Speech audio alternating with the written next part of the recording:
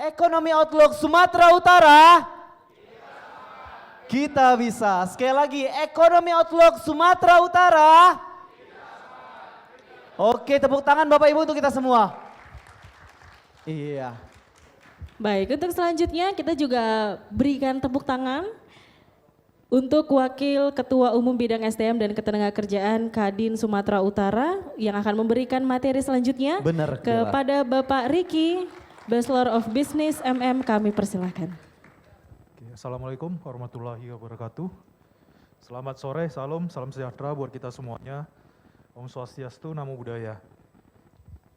Terima kasih atas kesempatannya pada hari ini. Awalnya juga saya agak terkejut dengan undangan dari AMA ini, karena kebetulan saya juga diundang di sini. Sebelum saya mulai materi, mungkin saya menyapa teman-teman dari AMA yang hadir pada hari ini. Yang kami hormati Bapak Sekretaris Jenderal AMA, Bapak Fikri, Bapak Dewan Pakar, Bapak Darmin dengan Bapak Sianyet, Bapak Dewan Pembina, Bapak Billy, dan teman-teman pengurus AMA yang lainnya, Bapak Edi Wijaya selaku VP Eksekutif, Bapak Setiawan selaku Chief Communication, Bapak Kurniadi selaku VP Profesional dan Networking, Ibu Indah Yuliana Deputi VP Profesional Development, dan Ibu Utami selaku Amandiot. Pada hari ini saya akan memperkenalkan sedikit tentang Kadin. Jadi Kadin ini merupakan rumah para pengusaha. Jadi kami di Kadin itu adalah kumpulan perusahaan-perusahaan yang di Sumatera Utara. Kita berkumpul, kita buat program, kita juga mengkritik pemerintah. Kebetulan dari pemerintahan sudah pulang hari ini. Dan kita juga melobi kebijakan-kebijakan.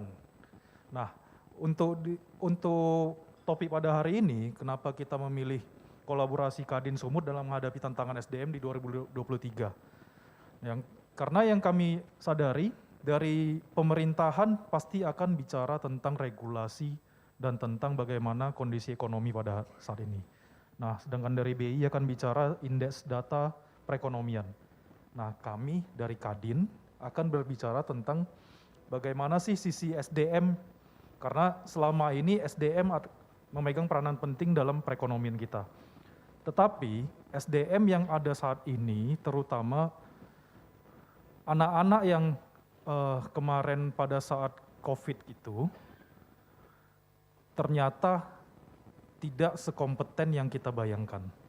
Sehingga produk-produk SMK, produk-produk SMA selama pandemi COVID itu berpotensi menjadi pengangguran yang sangat besar, terutama di Sumatera Utara. Nah, sehingga kami di Kadin juga membuat beberapa formulasi yang akan kami hadapi dalam 5 tahun ke depan ini adalah bonus demografi. Bonus demografi ini adalah jumlah penduduk yang terlalu banyak, tetapi bisa kita upayakan menjadi dua hal, antara tantangan maupun menjadi peluang. Ibarat ujung mata pisau bermata dua. Apabila kita mengupayakannya bagus, kita juga akan mendapatkan peluang dari sini. Apabila kita tidak bisa mengupayakannya dengan bagus, ini akan menjadi tantangan bagi kita semua. Bukan bagi Kadin, bagi pemerintahan, tapi bagi kita semua. Nah, begitu juga revolusi industri.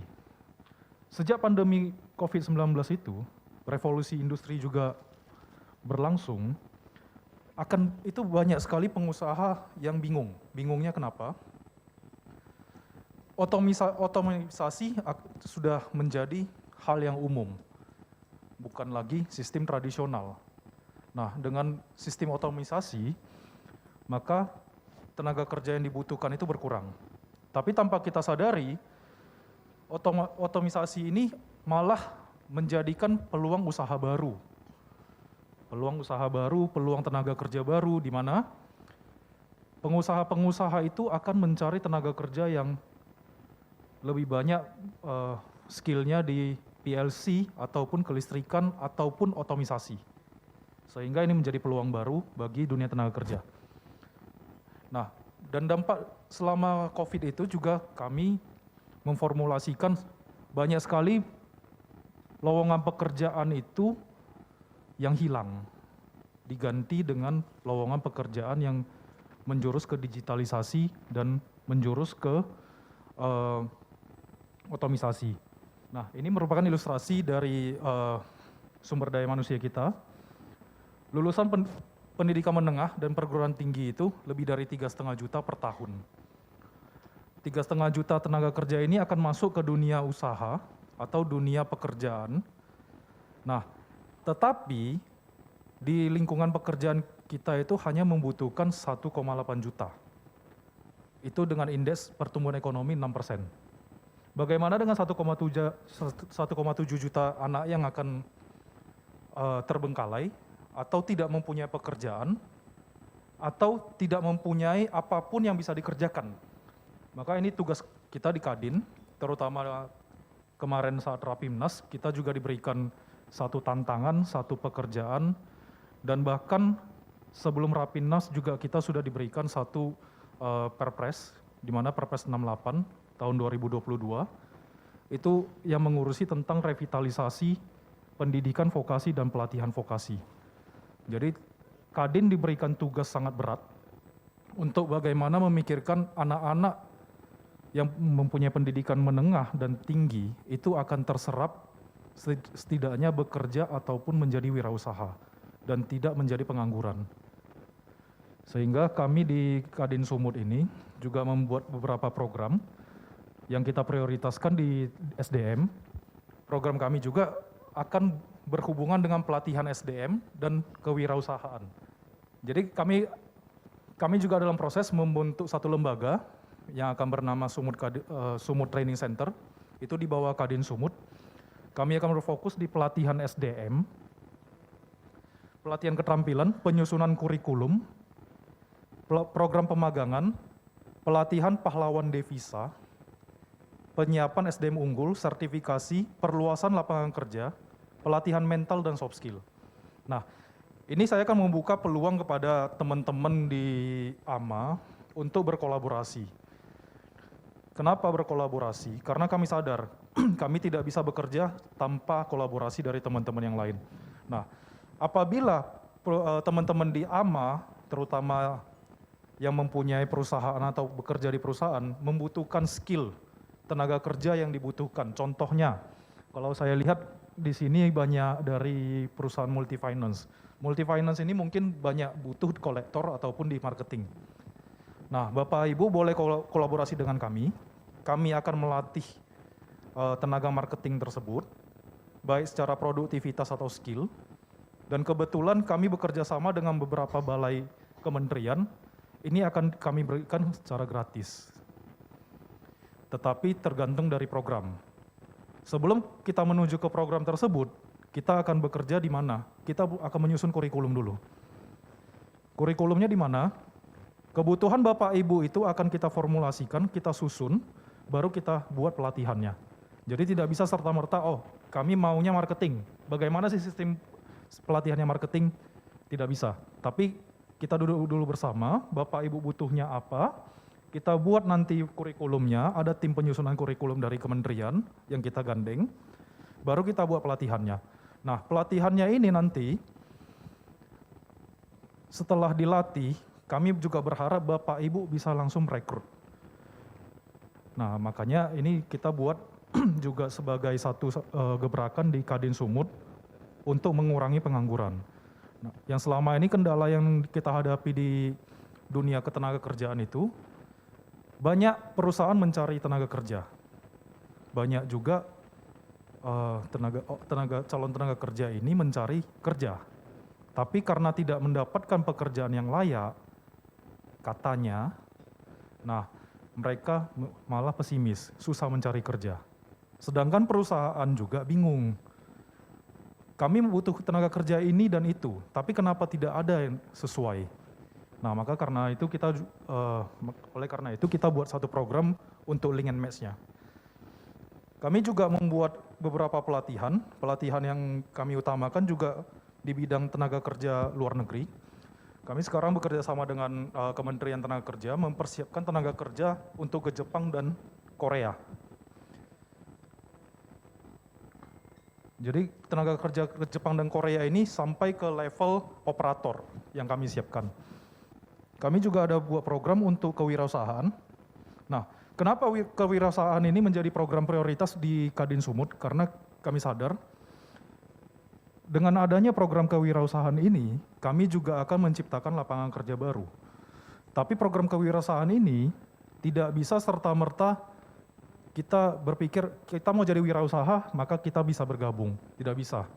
Jadi kami akan melatih skillnya calon wirausaha. Setelah melatih, kita akan menginkubasi sistem wirausaha kepada mereka. Setelah itu, baru kita kasih pembiayaan dan akan menjadi unit usaha pendukung di Kadin Sumut.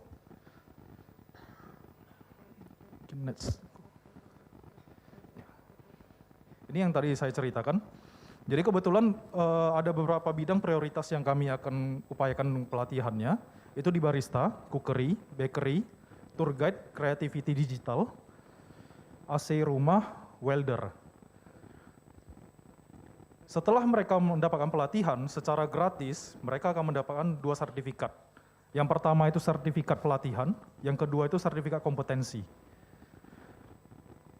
Setelah mereka mendapatkan pelatihan keterampilan, maka kami akan membuatkan sistem inkubasi wirausaha. Inkubasi wirausaha ini adalah apa? Jadi mereka ini akan kita latih bagaimana berpikir secara wirausaha. Setelah mereka mendapatkan pikiran wirausaha, kami juga akan membantu mereka menciptakan produk. Jadi produk ini, bagaimana produknya ini bisa diterima oleh pasar, bagaimana packagingnya, bagaimana membuat merek, bagaimana membuat logo, sampai bagaimana sistem pemasarannya. Itu akan kami bantu melalui sistem inkubasi. Dan yang melalui sistem inkubasi ini dan lolos dan diterima, maka akan mendapatkan 2 sertifikat. Sertifikat pelatihan dan sertifikat inkubasi. Sertifikat inkubasi itu bisa digunakan ke beberapa bank rekanan Kadin Sumut dan beberapa venture capital juga. Tapi syaratnya harus mempunyai produk. Jadi produk itu sudah harus diciptakan, sudah harus layak jual, sudah bisa dipasarkan, baru kita bisa mendapatkan pembiayaan. Nah, pembiayaan ini akan mendapatkan pelatihan rutin lagi. Itu pelatihan yang didapatkan itu pelatihan untuk digitalisasi dan pelatihan UMKM naik kelas. Di mana pelatihan-pelatihan ini kita harapkan pengusaha-pengusaha baru yang kita ciptakan ini sudah bisa bersaing di pasaran.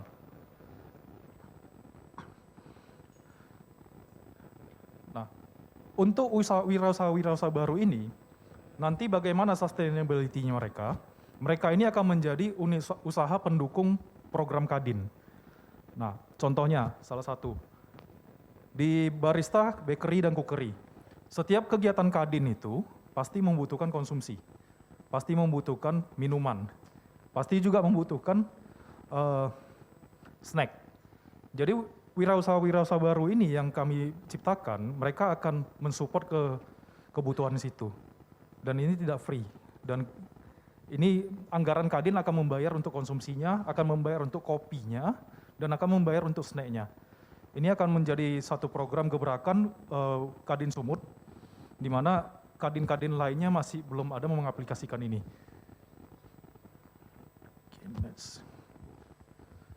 Nah, ini ada beberapa jenis peningkatan skill yang dibutuhkan 3 tahun ke depan, yang kita dapatkan datanya dari Kementerian Tenaga Kerja.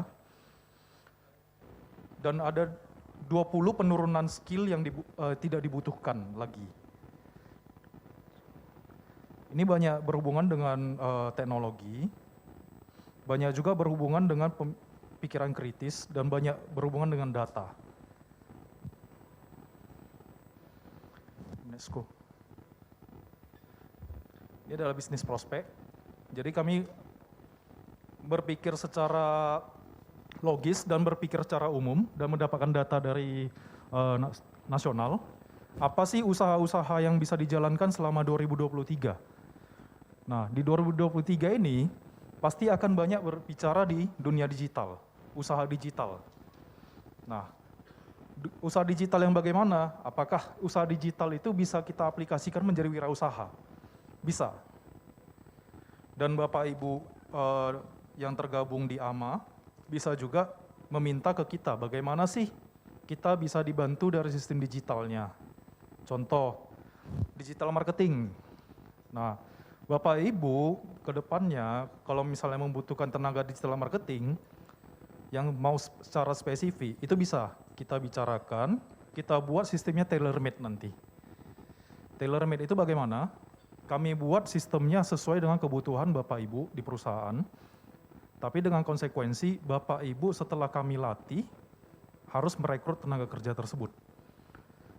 Itu akan kami buat secara gratis, tapi konsekuensinya ya harus direkrut. Tidak bisa cerita, oh anak-anak ini hanya sekedar pelatihan, untuk kami rekrut nggak bisa. Jadi kami akan upayakan bagaimana kita buat MOU, itu sudah jadi, sudah terlatih, silakan direkrut gitu. Nah, untuk peluang usaha berikutnya tetap di bisnis makanan, karena kami juga akan berupaya bagaimana menciptakan wirausaha-wirausaha baru di bisnis makanan untuk bersaing dengan Thailand dan Malaysia. Nah, Thailand dan Malaysia ini sekarang mereka bisa bertahan di dunia ancaman resesi ini karena mereka mempunyai banyak produk makanan, snack yang mereka ekspor ke luar negeri, termasuk konsumsi terbesar itu di Indonesia. Kenapa kita yang mempunyai sumber daya alamnya tidak bisa membuat ini?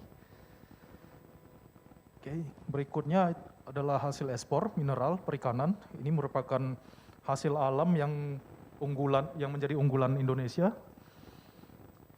Dan berikutnya itu jasa UMKM. Tetapi di luar dari itu semua, yang kita formulasikan di Kadin Indonesia itu adalah satu, untuk kedepannya itu manusia semakin malas. Terutama malas bergerak, malas mobilisasi. Usaha yang paling ideal bisa kita ciptakan itu adalah bagaimana sih kita membuat orang semakin malas.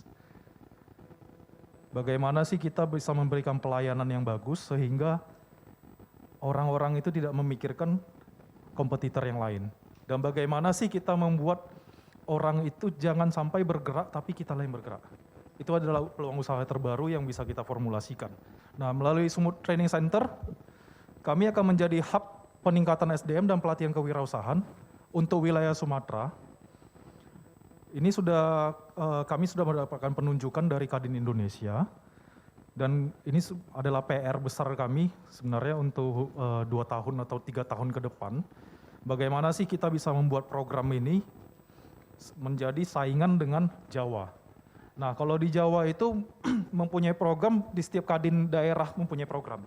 Tapi kalau untuk di Sumatera itu memang dilimpahkan kepada Kadin Sumatera Utara. Jadi kami juga berharap Bapak Ibu sekalian bisa terlibat dalam program peningkatan SDM dan wirausaha ini. Itu baik secara langsung atau tidak langsung. Dalam melawan awan hitam, kami juga meminta Bapak Ibu sekali lagi, bagaimana sih kita bisa terlibat secara inklusif atau kolaboratif yang sebelumnya disebut sebagai gotong royong. Bagaimana sih sistem yang kita bisa ciptakan secara gotong royong, bisa mendapatkan manfaat secara bersama, dan juga kita bisa berkolaborasi untuk kemajuan kita bersama. Karena pada saat ini tanpa kolaborasi kita bukanlah apapun. Nah, masing-masing dari kita semua di sini mempunyai spesialisasi masing-masing. Kami juga di Kadin mempunyai bidang-bidang dengan spesialisasi masing-masing. Kami berharap dari AMA ini bisa berkolaborasi ke depannya. Dan di sini seperti Bapak Ibu bisa lihat, kami sudah berkolaborasi dengan 3 kementerian. Kami juga sudah berkolaborasi dengan beberapa asosiasi. Kami juga sudah berkolaborasi dengan beberapa kadin daerah.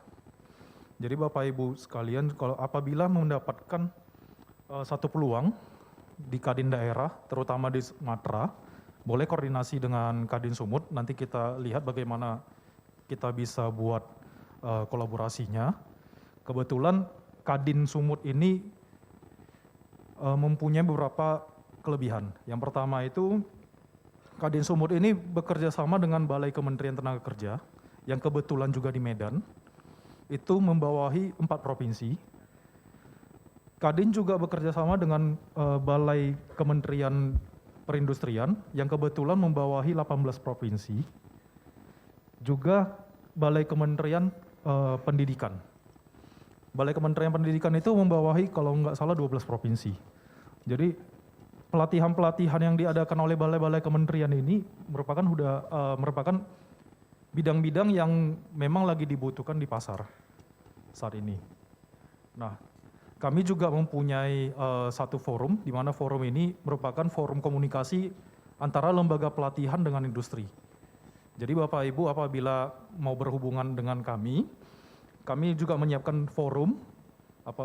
Forum ini akan bergerak ke perusahaan Bapak Ibu, meminta Bapak Ibu apa kebutuhannya dan bagaimana akan kita latih tenaga kerja ini. Kita latih, kemudian kita salurkan. Kami juga mempunyai Kadin Hub. Kadin Hub ini selain bergerak di tenaga kerja, kami juga bergerak di komoditas. Jadi Bapak Ibu misalnya sudah menjadi wirausaha di daerah masing-masing atau di perusahaan masing-masing, apabila tidak mendapatkan pembeli atau pemasaran, itu bisa melalui Kadin Hub untuk kami carikan pembeli ataupun kami carikan klien. Mungkin itu saja dari saya. Mungkin kita pelimpahan kita lebih banyak sesi diskusinya, terutama untuk bidang tenaga kerjanya. Baik, terima kasih untuk Bapak Riki untuk pemaparannya. Boleh tepuk tangannya sekali lagi untuk materinya. Baik, tadi sudah diberikan kesempatan untuk Bapak Riki bagi Bapak Ibu yang ingin bertanya atau minta dicarikan klien. Boleh, silakan. Ada Bapak Ibu? Ya, silakan Ibu. Boleh berdiri dan sebutkan namanya ya Bu.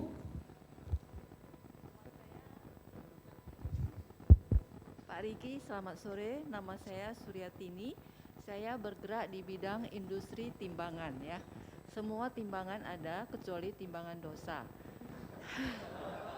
Cuman mau minta nomor telepon Pak Riki aja. Mungkin selanjutnya saya bisa diskusi sama komunikasi. Problem kita sekarang ini susah mencari SDM seperti tukang las, ya yang seperti itu dah. Ya, terima kasih. Hanya itu aja. Baik, silakan Pak Riki boleh dijawab. Baik, Ibu Suryatini, selamat sore. Mungkin di timbangan itu kita ada pengelasan, kita juga ada tenaga komputer, kita juga ada tenaga untuk kalibrasi. Itu mungkin yang kebutuhan dari Ibu. Kalau untuk masalah nomor handphone, nanti boleh saya kasih secara pribadi sih. Baik, sudah Ibu, sudah merasa puas dengan jawabannya? Atau ada lagi yang ingin ditanyakan boleh? Tidak ya, sudah cukup. Baik, ada lagi yang ingin bertanya silakan. Boleh berdiri ya Pak? Selamat sore Pak Riki, saya Jipin. Kita di perusahaan otomotif Pak, saya sebagai karyawan. Pak saya mau cuma nanya opini Bapak aja. Generation gap, sekarang ini generasi tenaga kerja kita itu adalah lulusan SMA, SMK, ataupun S1 lah ya. Which the generation, if we ask what your dream work, keluarnya cuma satu kata, startup Mbak. Sedangkan perusahaan kita di lokal ini, image startup itu lebih kuat gitu loh. Kenapa? Their opinion is startup itu easy, cepat, gampang, instan gitu loh. Why? Because karena itu dibentuk dari cara pendidikan kita di sebelumnya gitu loh. Jadi gimana caranya ya kita bisa mengatasi gap ini gitu. Expectation, tenaga kerja yang ada available, expectationnya adalah the new generation is saya harusnya bekerja punya impactful gitu loh. Saya kalau kerja 6 bulan, saya rasa saya bosen gitu loh. Saya keluar gitu loh. Oke, sedangkan di perusahaan kita, gimana kita mengatasi gap itu gitu loh. Sehingga saya kasih contoh nih, kalau sekarang nih sekolah nih, semua siswa itu diberikan penghargaan karena partisipasi. Walaupun dia terakhir datang gitu loh. Walaupun dia nggak punya, kalau dulu siswa itu dikasih appreciation karena dia the best of atau sesuatu kontribusi yang benar-benar berimpact gitu loh. Juara 1, juara 2. Tapi sekarang ini Anda ikut lari maraton gitu loh. Anda yang terakhir ke 150 atau 1.500, Anda dapat medal. That's I think saya rasa itu merubah konsep dari tenaga kerja kita ini gitu. That's the situation we have. Ada opini apa nih Pak Riki? Thank you. Baik, silakan Pak, boleh dijawab? Oke, selamat sore Bapak Sipin. Mungkin ini 2 pertanyaan ya. Yang pertanyaan yang pertama itu bagaimana mindset anak-anak ini yang lebih maunya instan untuk saat ini. Nah, yang kedua itu bagaimana sih kita menanggapi sertifikat apresiasi.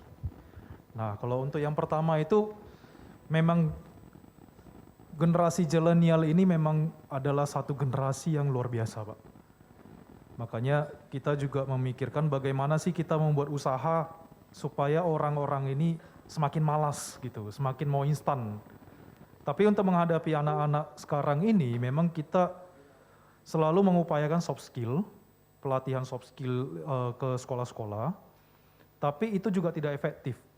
Yang kita buat itu bagaimana kita merangsang perusahaan itu untuk memberikan insentif secara wajar. Jadi misalnya gini Pak, bagaimana sih kita buat tenaga kerja itu begitu masuk langsung kita kasih UMK tanpa training, tanpa ada biaya magang.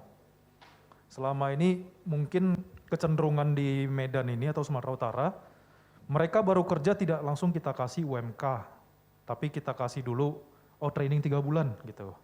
Atau kita kasih dulu mungkin sistem magang atau lain sebagainya. Tapi memang itu adalah suatu masalah bagi tenaga kerja kita sekarang ini. Mereka maunya instan, gajinya tinggi, kerjanya sedikit, tidak mau dimarahin, tidak mau dipanggil, maunya suka-suka.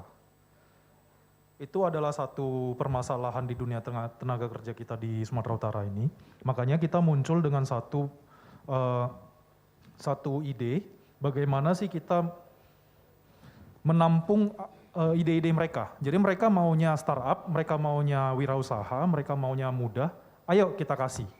Tapi ada satu catatan, kita akan munculkan sertifikat dari Kadin yang jauh lebih sulit daripada yang mereka pikirkan. Nah, ini untuk menyambung pertanyaan yang Bapak bilang itu, mungkin lebih spesifiknya sertifikat kompetensi ya Pak. Nah, sertifikat kompetensi ini sekarang ini ada satu regulasi, semua anak SMK ini yang akan menamatkan pendidikan harus dibekali dengan sertifikat kompetensi. Nah, kami di Kadin itu sebenarnya tidak begitu setuju. Kenapa? Ini menjadi satu sarana jual beli sertifikat. Nah, kenapa kita bilang jual beli sertifikat padahal ini bukan ada ranah duitnya di situ. Nah, jadi sekarang ini sekolah itu malah memikirkan bagaimana sih kita mengeluarkan sertifikat sebanyak-banyaknya. Sedangkan sertifikat sebanyak-banyaknya ini berbayar, tapi menggunakan anggaran dari sekolah. Anak-anak ini layak atau tidaknya mereka diberikan sertifikat itu tidak dipandang, tapi yang dipandang itu bagaimana mereka mendapatkan sertifikat. Itu yang menjadi satu dilema di dunia tenaga kerja kita. Makanya kita juga maunya nanti ke depannya bukan dilihat dari sertifikat sekolah atau sertifikat kompetensi lagi. Kami juga akan menggiring ini bagaimana sih sertifikat Kadin yang akan dipandang oleh industri. Nah, kalau untuk masalah mindset dari anak-anak sekarang ini memang itu satu dilema kita. Itu yang kami coba perbaiki dengan beberapa pelatihan soft skill, tapi sampai sekarang juga kami belum mendapatkan satu metode yang pas. Kami sampai sekarang juga tetap mencari, bahkan kami sampai mendatangkan tenaga ahli dari Jerman, dari Austria juga untuk hanya untuk mencari solusinya itu. Karena dunia anak-anak sekarang ini luar biasa sih Pak. Mungkin itu aja Pak. Baik, ada lagi yang ingin bertanya? Ibu silakan. Selamat sore, nama saya Wan Suryani, saya dari AMA dan dari Universitas Medan Area. Yang saya tanyakan Pak Riki, ini kan tadi Bapak ada menjelaskan terkait pelatihan-pelatihan soft skill yang dikasih gitu ya. Nah, apakah ada kemungkinan untuk Kadin bekerja sama dengan perguruan tinggi yang selama ini yang kami rasakan untuk apa ya, sudah berbagai cara sih ya kita buat ya Pak ya untuk peningkatan lulusan. Bagaimana kita sekarang mempersiapkan lulusan-lulusan dengan siap kerja gitu. Nah, kedepannya kita punya program memang setiap mahasiswa yang lulus sesuai dengan bidang ilmu yang dia miliki, dia harus punya sertifikasi terkait bidang ilmu tersebut. Nah, dalam hal ini saya kepada Kadin, apakah memungkinkan Kadin nanti ikut andil membantu untuk peningkatan lulusan kita? Terima kasih. Oke, selamat sore Bu Suryani. Ini pertanyaan yang bagus Bu.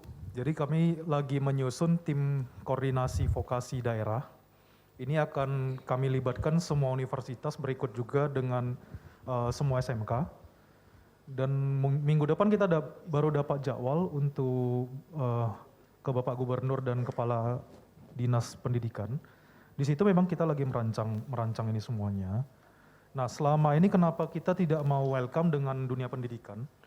Karena kembali lagi itu Bu, dunia pendidikan begitu kita tampung, itu langsung menjual nama Kadin. Kita tidak mau begitu Bu.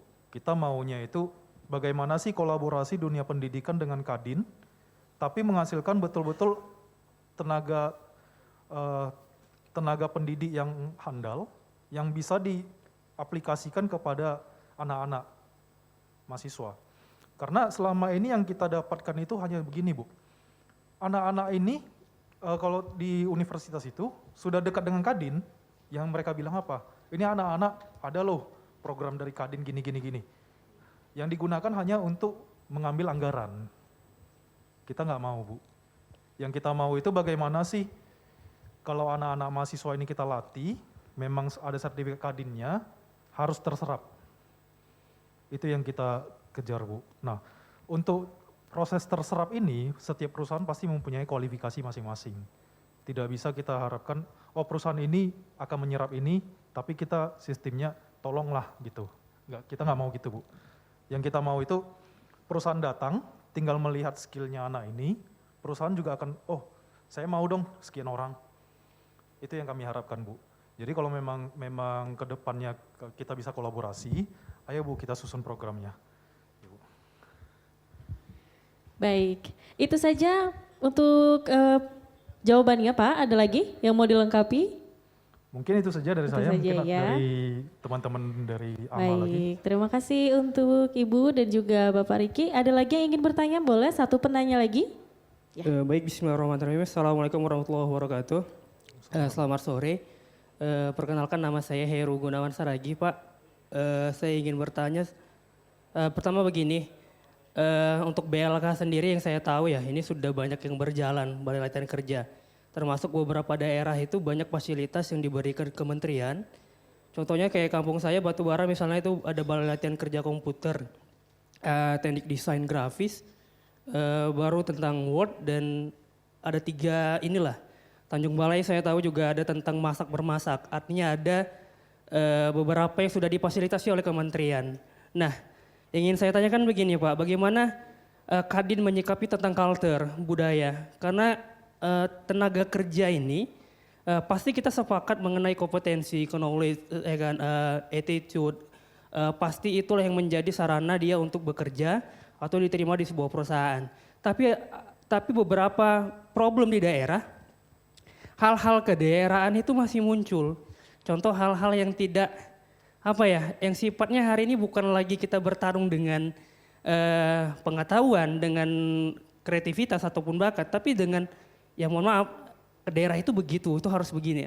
Bagaimana Kadin menyikapi hal itu? agar nanti potensi-potensi anak muda itu benar-benar kita berharap yang terbaik untuk Indonesia. Karena nanti di sana kayak gini, di sana kayak gini. Contoh saya aja kayak kereta api yang berjalan itu saja saya yang mau rilis ya, itu demo sudah banyak banget. Saya aja sebagai anak daerah aja risih akhirnya. Kenapa kita tidak berdebat dengan pengetahuan? Kenapa harus dengan hal-hal yang hari ini kayak kami tuan rumah, harus jadi tuan rumah di negeri sendiri. Karena ada beberapa daerah, saya tertarik sekali karena baru dengar Kadin hari ini, karena selama ini saya asal ke daerah-daerah saya lihat Kadin hanya bantu-bantu, kayak bantu-bantu sembako segala macam, apakah ini kerja Kadin kan gitu. Ternyata ini baru terbuka bahwa Kadin tuh seperti ini. Pertama yang saya tanyakan itu bagaimana menyikapi culture, yang kedua ada nggak potensi dengan beberapa lembaga training misalnya, tadi kan ada Sumut Training Center, bagaimana nggak salah sih, mana tahu ada forum-forum yang memang menghadirkan kayak anak-anak kreativitas lah yang hari ini bergerak di sebuah komunitas apa, akhirnya punya rumusan yang baik juga agar kita kolaborasi lebih baik gitu Pak. Karena kan tentu di pertumbuhan di berbagai daerah itu beda-beda, ada mungkin gerakan ini segala macam, tapi yang khusus memang untuk mencetak generasi bangsa itu lebih baik. Itu sih Pak dari saya. Assalamualaikum warahmatullahi wabarakatuh. Selamat sore Pak Heru. Jadi gini Pak, kalau untuk masalah culture itu sebenarnya memang itu kendalanya kita. Kita diberikan Danau Toba, merupakan salah satu destinasi super prioritas, tapi sampai sekarang itu tidak bisa kita jadikan destinasi super. Kenapa? Ya kita bergelut dengan culture. Culture-nya Bali itu tidak bisa disamakan dengan culture-nya Danau Toba. Kalau di Bali itu kita tidak menyapa, mereka menyapa. Kalau Danau Toba ini kita tidak menyapa, malah mereka juga tidak menyapa. Begitu kita sapa mereka malah kena maki. Memang culture-nya di situ. Nah, hal-hal yang kita buat itu, jadi kita mulai dari SMK nanti. SMK, SMA, karena yang kita sadari itu dasar pendidikannya ini ada salah. Salahnya di mana? Selama ini anak SMK, SMA masuk ke dalam pendidikan, mereka itu tidak pernah sadar bahwa bidangnya ini sudah sesuai atau belum. Sehingga mereka itu selalu ya udah sekolah sekedar sekolah. Apa yang dipelajari selama sekolah juga nggak tahu. Nah, kami akan turun ke bawah, kami akan benahi dulu dari sistem pendidikan. Mudah-mudahan dari sistem pendidikan itu kita bisa merubah sedikit culture. Karena culture yang selama ini terjadi itu ya yang penting ada sekolah, selesai sekolah kemana itu bukan urusan kita. Udah tergantung nasib. Tidak bisa lagi kita buat begitu Pak. Karena kita menghadapi bonus demografi Pak. Jadi anak-anak ini dari anak kelas 1 SMA atau kelas 1 SMK, kita sudah harus tentukan mereka ini kemana nantinya. Itu yang nanti jadi program kerjanya kita Pak. Nah, kalau untuk masalah ekonomi kreatif, itu sebenarnya sudah menjadi programnya kita. Kita ada sistem pelatihan ekonomi kreatif. Nah, anak-anak yang mempunyai skill untuk kreativitas, itu kita berikan pelatihan khusus. Bahkan sampai disabilitas juga kita kasih pelatihan khusus. Nah, pelatihan khusus ini apabila bisa menghasilkan produk, kembali lagi, Kadin akan menjadi Kadin Hub, untuk bagaimana menjual barangnya mereka dan mencari pembeli kepada mereka, investor juga kita carikan. Itu Pak. Mungkin itu aja dari saya Pak. Kalau ada satu lagi tadi pertanyaan ya Pak. Hanya tepat jurusannya yang sesuai dengan bahwa dia sesuai dengan fashionnya gitu. Bagaimana Kadin barangkali ke depannya ada kayak tadi kan saya tertarik dengan Sumut Training Center-nya. Kita kayak fokus dulu, kayak misalnya ada kreativitas, ada organisasi atau komunitas yang berbasis di daerah-daerah, itu kayak dirangkul oleh Kadin gitu. Bagaimana menyeleksinya, bagaimana akhirnya menyiapkan anak-anak bangsa itu yang memang sesuai dengan fashionnya. Karena memang kendala Indonesia seperti itu, apalagi kita sudah masuk ke generasi yang lebih dari Z bahkan, yang mohon maaf gitu lahir sudah pegang handphone. Sudah ngerti kan gitu ya, sudah bahasanya ya benar yang memang malas banget gitu. Tentu ini kan kewajiban bersama ya, maksud saya adalah ada nggak peluang Kadin untuk ya minimal kita tahu dulu mendeteksi bagaimana bakat itu anak, mau ngarah kemana, apakah Sumut Training Center itu sudah membahas sampai dalam itu atau hanya sekedar fokus SMA SMK saja. Karena saya kemarin dengan teman-teman, kita buat kayak pemberdayaan saja, kita survei ke sekolah-sekolah. Itu banyak yang hari ini nggak ngerti apa-apa. Apalagi usahakan mau masuk tenaga kerja, memang banyak yang nggak tahu gitu.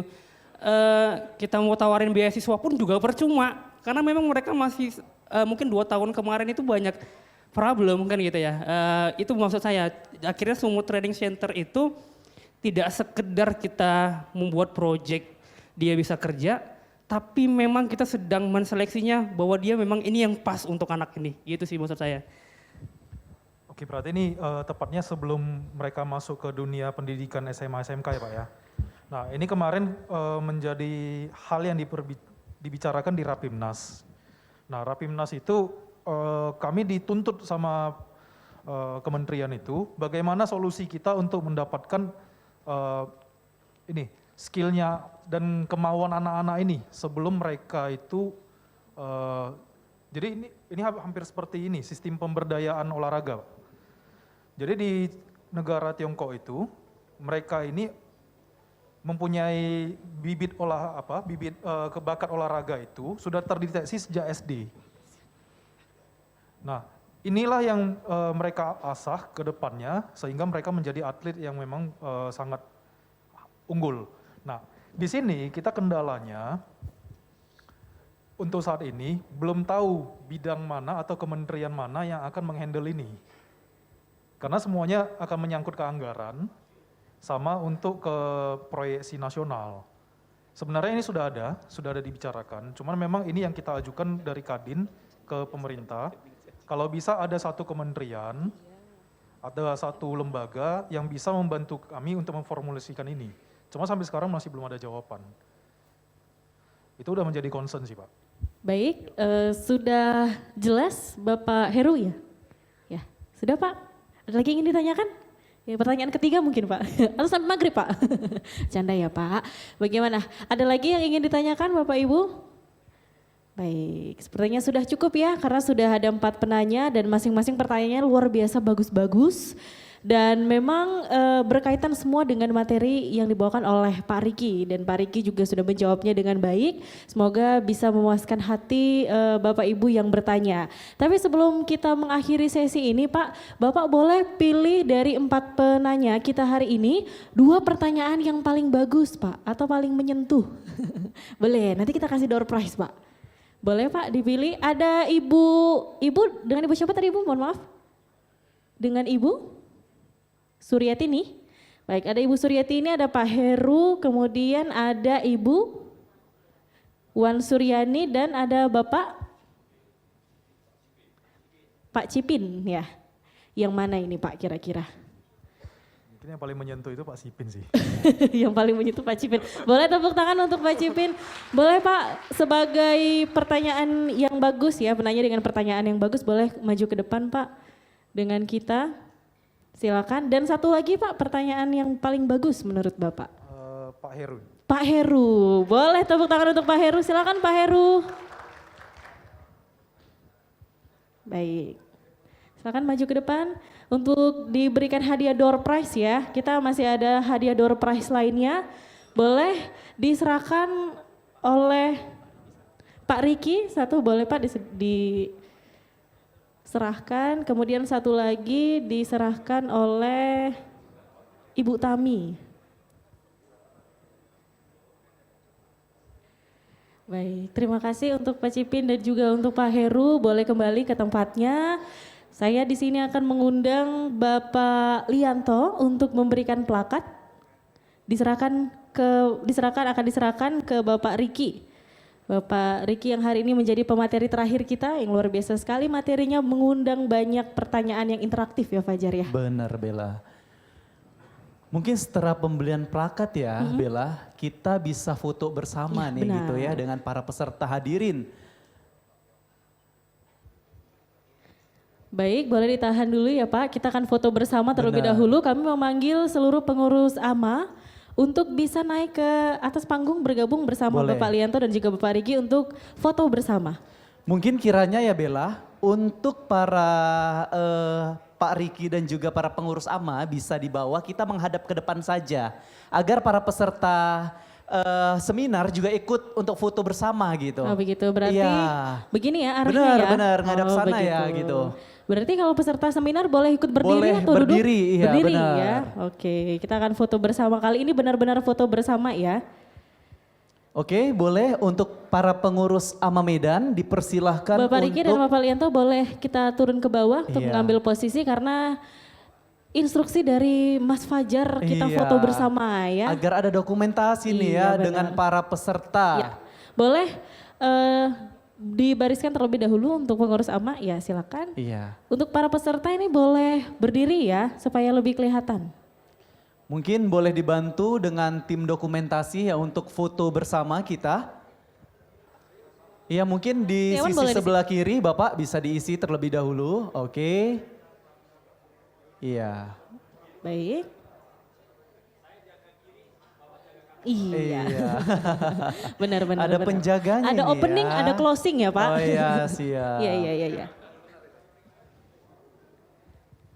Oke, boleh semuanya dibuka dulu maskernya ya Iya. untuk kepentingan foto supaya terlihat semua wajah-wajah kesuksesannya. Isi. Boleh ya? Baik ya Bella, kita pandu ya dengan foto bersama dengan hitung mundur. Bagaimana untuk kameramennya sudah siap? Oke, siap. Semuanya boleh pose ama Iya, ya? semuanya bisa untuk Pose ama. berpose ama. Oke. Oke. Ayo berikan senyum terbaik. 1, 2, 3. Oke, sekali lagi kita pandu. 1, 2, 3. Oke, ada gaya bebas nggak ini? Ada ya? Oh ada katanya harus gaya bebas satu kali ya Bapak Ibu ya. Kita pandu. Baik, Bermartabat tadi ya? 2, 1. Oke, baik Boleh terima tepuk tangan kasih. untuk kita Tepuk tangan semua, untuk kita luar semua biasa. Bapak Ibu, luar biasa. Untuk hari ini. Terima kasih sekali lagi kepada Bapak Riki yang telah memberikan materi terakhir ya, materi penutup Benar, materi untuk penutup ya. seminar di sore hari ini. Senang sekali rasanya kita sudah bersama dari sejak jam 1 siang tadi. Benar sekali ya. Bella. Baik, luar biasa sekali hari ini antusiasnya. Luar biasa. Ya dan juga kita sudah banyak sekali ya mendapatkan pastinya ilmu, menimba ilmu di sini. Benar. Dan yang seperti kita tahu juga dengan seminar Ekonomi Outlook Sumatera Utara 2023 dengan tema Recovery and Growth Projection ini bisa memberikan harapan baru untuk kita ya dan juga ekonomi di Sumatera Utara. Kalau begitu saya Bella Destalia selaku pembawa acara di sore hari ini pamit undur diri. Iya dan juga saya Fajar Jaya Negara juga pamit undur diri. Mohon maaf apabila ada kesalahan kata dan juga sikap. Wassalamualaikum warahmatullahi wabarakatuh. Selamat sore.